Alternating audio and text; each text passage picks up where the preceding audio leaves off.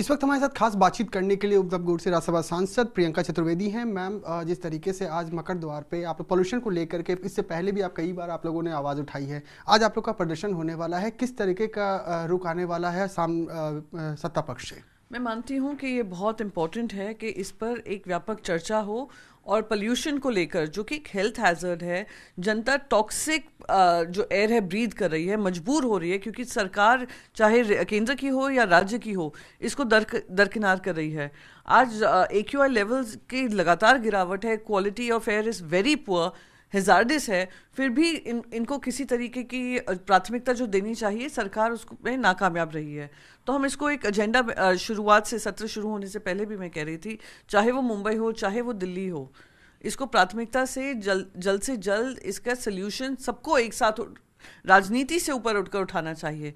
ये वही भारतीय जनता पार्टी है जिन्होंने हर बार एयर क्वालिटी को लेकर इतनी बार दूसरी सरकारों को घेरने की कोशिश की है, अब खुद सरकार में है तो वो इस तरीके की दलील दे रहे हैं कि पिछली टाइम से तो बेटर है, ये है।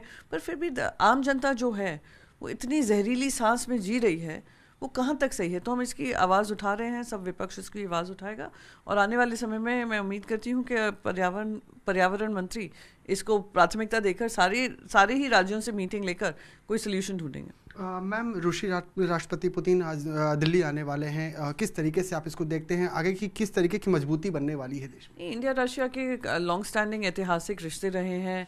जब हमारे देश में आपदा आई है, रशिया ने, चाहे वो वॉर के माध्यम से हो या कोई इम्पोर्टेंट कोई क्राइसिस हो, हमेशा रशिया ने हमारा साथ दिया है, रशिया हमारे साथ खड़ा रहा है और मैं उम्मीद करती हूँ ये रिलेशनशिप और आगे बढ़ेगा।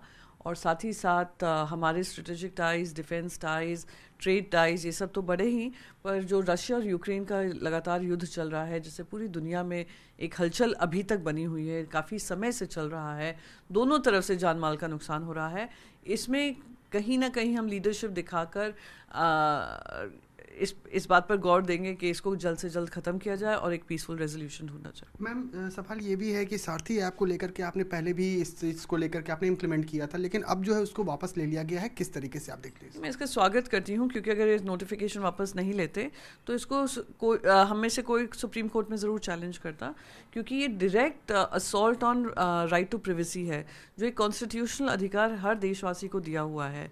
कौन सा ऐप होना चाहिए, कौन सा डिलीट करना चाहिए, अब जनता में ये नॉलेज फैलाइए, वो अपने मन से उसको डाउनलोड करें और डिलीट करें तो समझ में आता है।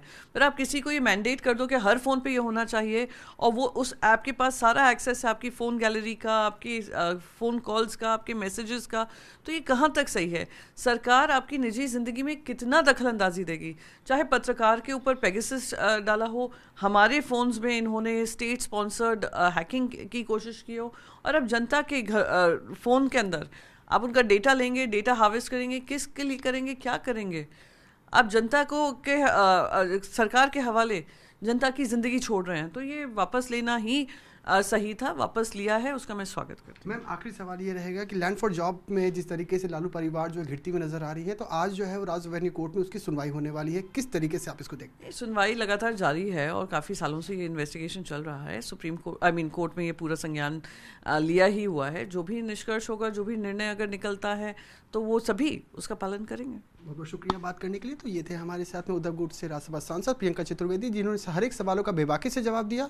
अब देखने वाली बात होगी कि आगे का क्या कुछ एक्शन रहने वाला है। वीडियो जर्नलिस्ट निकांत के साथ अभिषेक आनंद, HNN न्यूज़, दिल्ली।